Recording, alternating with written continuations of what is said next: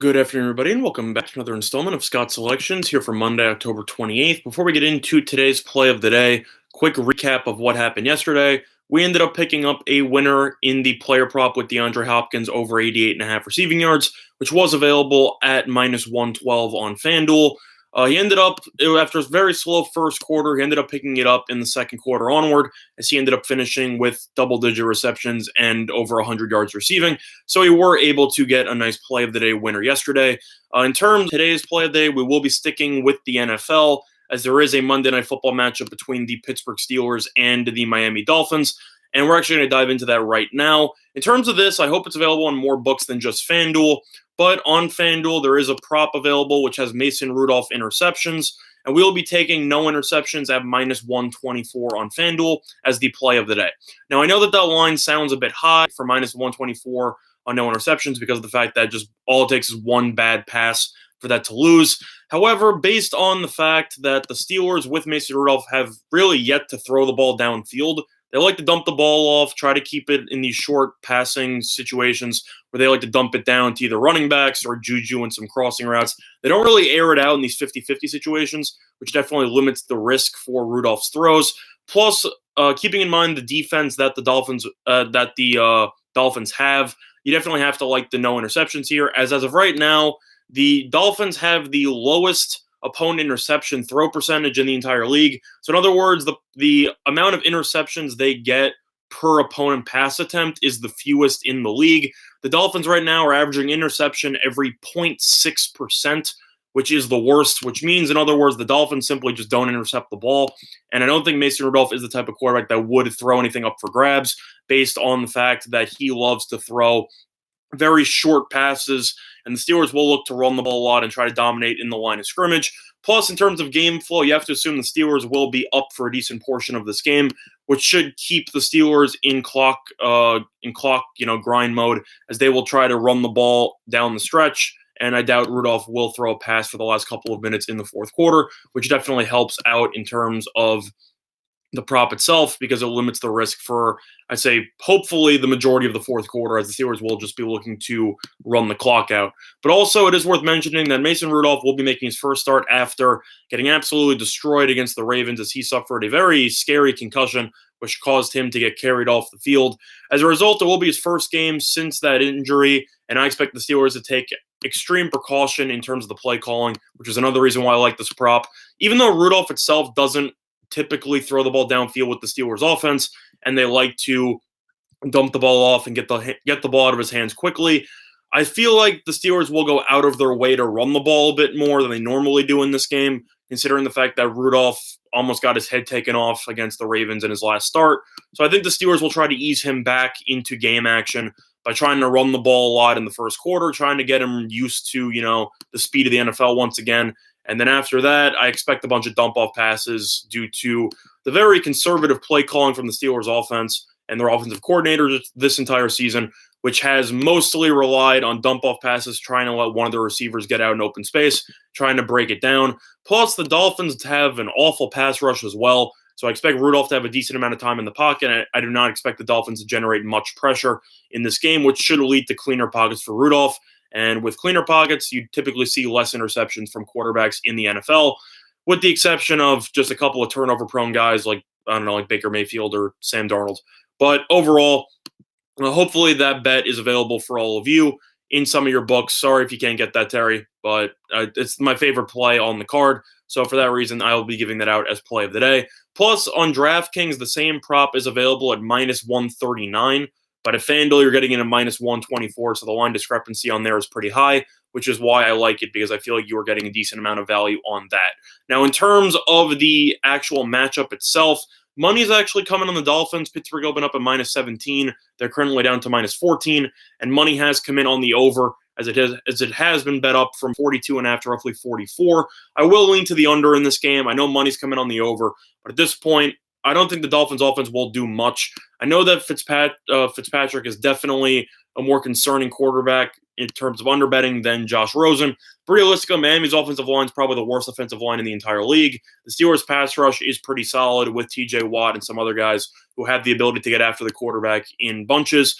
Plus, you have to keep in mind the fact that the Steelers are off a bye week, so they should be able to come into this game relatively focused and prepared, as they will look to destroy Miami and keep their hopes of making the playoffs alive. But overall, I think the Dolphins should score roughly 10 points in this game, as I think the Steelers' defensive line will dominate the trenches, and I think you should see Fitzpatrick get under duress, which will cause a couple of interceptions.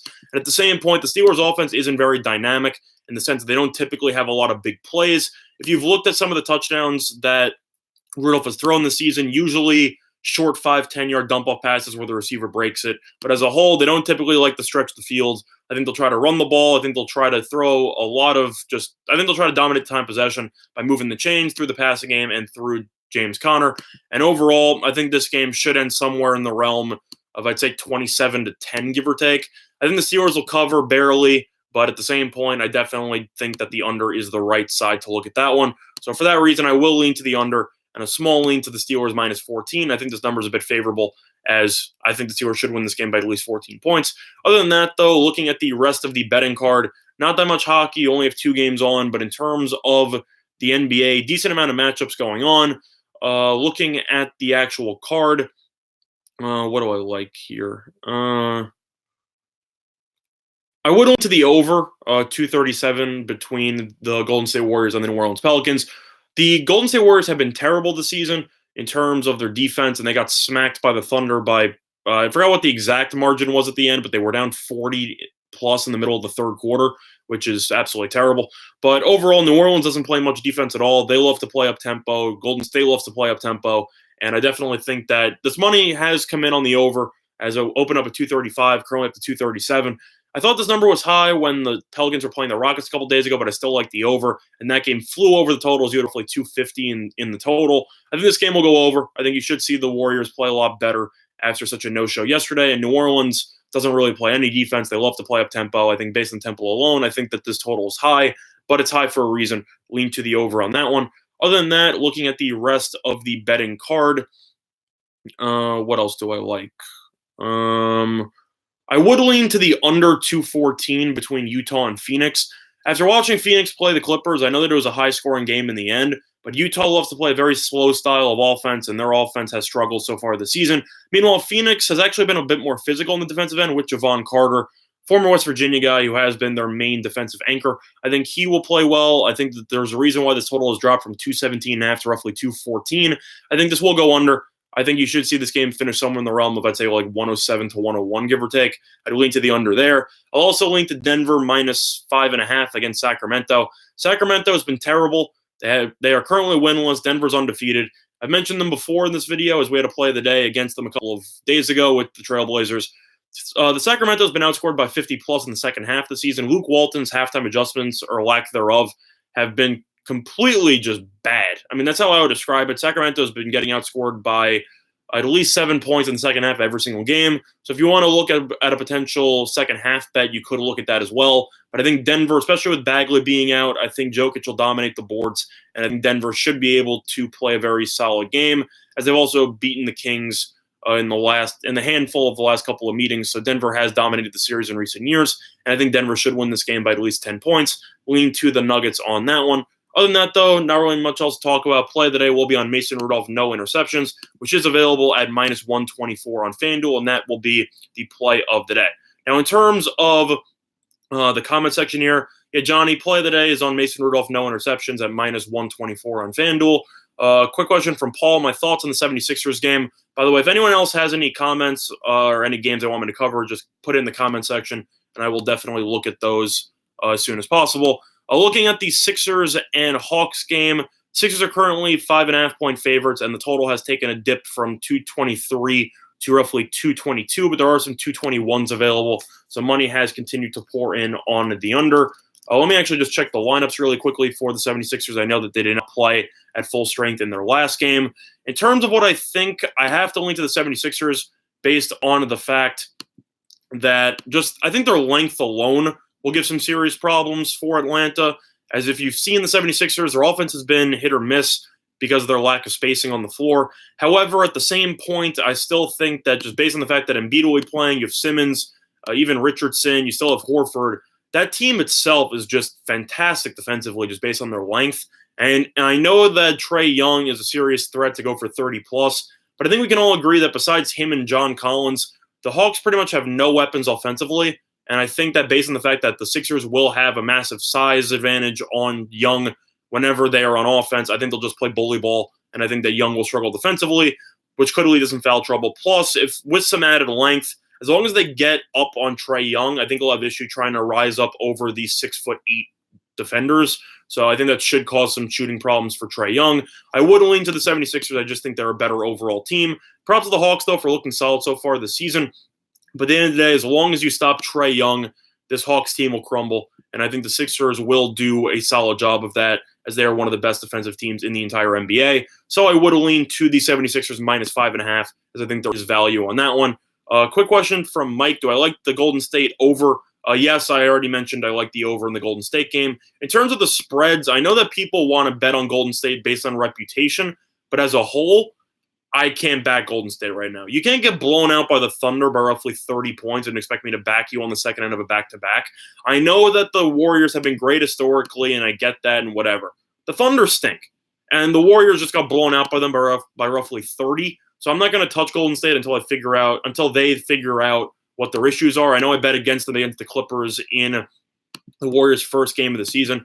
But overall, this team's just not very good right now, and I'm not going to touch them based on the fact that they've looked like one of the worst teams in the NBA up to this point. Other questions, Drummond over 36.5 rebounds. Question by Sam on that. Okay, yeah. Overall, I'd have to lean to the over in that one, if that's the actual number. As a whole, you already saw what Drummond did against the Pacers the first time these two teams played, and Drummond went for roughly 33 and 23. So as a whole, I would have to assume that Drummond would go over the 36.5 points. Do I think Indiana will make some adjustments in terms of trying to stop Drummond? Yes. Do I think it'll help? No. I think Drummond's just simply too big, and I don't think that the Pacers have the bodies to actually hang with Drummond in the paint. They have some tall guys in Sabonis and Miles Turner, but I don't think either of them are strong enough to handle Drummond on a consistent basis. So I would lean to Drummond on the over on that one, as I just think that after what we saw in the first game, where he had roughly 50-something in terms of the points rebounds combo, I think that line's too low. I would lean to the over in that one. Moving on, do I like the over? No, Mike, I like the under in the Steelers game. I just think that the Dolphins will struggle due to their offensive line. So I think that the Steelers will try to just run the ball, get out of there, try to keep Rudolph healthy, and they will look to just win this game by running the clock late. So I would lean to the under in that one. Thoughts on New Orleans first quarter? As a whole, I would lean to the over in the first quarter, as I think that both teams will just come out trying to just swing at each other. And I'm a little bit concerned with Golden State's being tired, but that wouldn't really impact them in the first quarter. I still would lean to New Orleans because they're on a day off, and Golden State has looked terrible. But at the same point, I'm not really a big fan of touching first quarters, especially with a team that is currently winless in the Pelicans. So I personally would skip that. Yeah, Guru, the line has moved from the Pelicans, which I think makes perfect sense. However, you have to wonder how much of it is an overreaction by the public after seeing the Warriors get absolutely demolished yesterday. People are just thinking, oh, the Warriors are trash. They're going to miss the playoffs. I don't really think that they're that good. It's a complete overreaction. Do I think a winless team should be moving that much there's that much on a line movement? Probably not, especially after Golden State got embarrassed yesterday and everyone keeps talking about them. I think they could come out with a decent performance. As a whole, I understand the line movement by the Pelicans. I think it's still an overreaction. I personally, if I was pricing this line, I would have it at roughly -3. I think that this line's a bit too high at -5. But overall, I'm not going to touch it, as I just don't trust Golden State. But I think this line is a bit too high. Looking at the rest of the card here, question from Mike. What do I think of the Houston game, as Houston got bet down to roughly 9.5 as they take on Oklahoma City? Main reason why I could think of is based on the fact that Houston has not covered a point spread so far this season. As Houston, they were expected to beat the Bucks. They ended up choking in the fourth. They ended up beating the Pelicans by 3, but they did not really look good in the process, as their defense has still looked absolutely terrible so far this season. But I think the main reason why money's come in on Oklahoma City is just based on an overreaction by the markets. As I said before with Golden State and how the markets overreacted by how bad they are, I think the markets overreacted on how good Oklahoma City is, based on the fact that Oklahoma City, everyone was talking about how, oh, they're up 40 on the Warriors. They're a solid team. They look pretty good.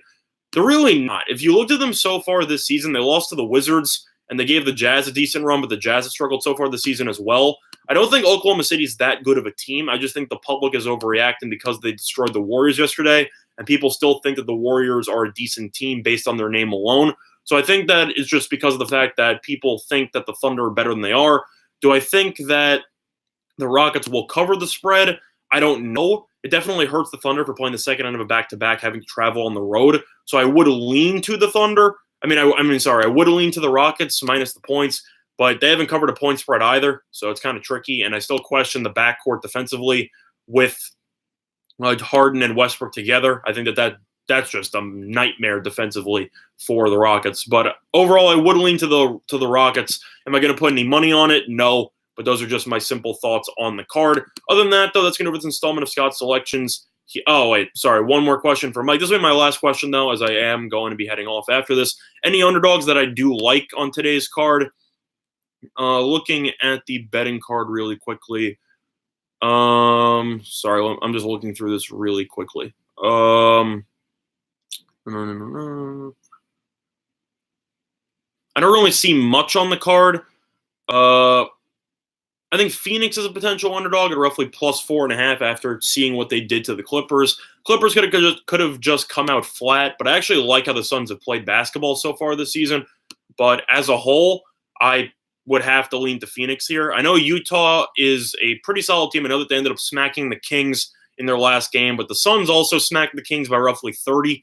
So I think that's kind of a wash. Utah is a better overall team, but I think game flow-wise, this will be relatively low scoring. And I think Phoenix actually impressed me defensively based on what they did against the Clippers. So for me, if I had to pick an underdog on the card, I would pick Phoenix. Will I bet Phoenix? No. But if you really wanted an underdog, there's nothing wrong with taking a home team as an underdog here. And I think that the Suns are a more underrated team. I really like what Monte Williams has done with them so far this season. And I was very impressed with them when they were destroying the Clippers pretty much in their last game entirely. So lean to the Suns there as an underdog. But I would not bet that myself. That's just my personal thought, Mike. So you can tread that accordingly. But as a whole, that's going to do for this installment of Scott's Selections here for Monday, October 28th. Good luck to all of you and your respective bets today. Bye, everyone.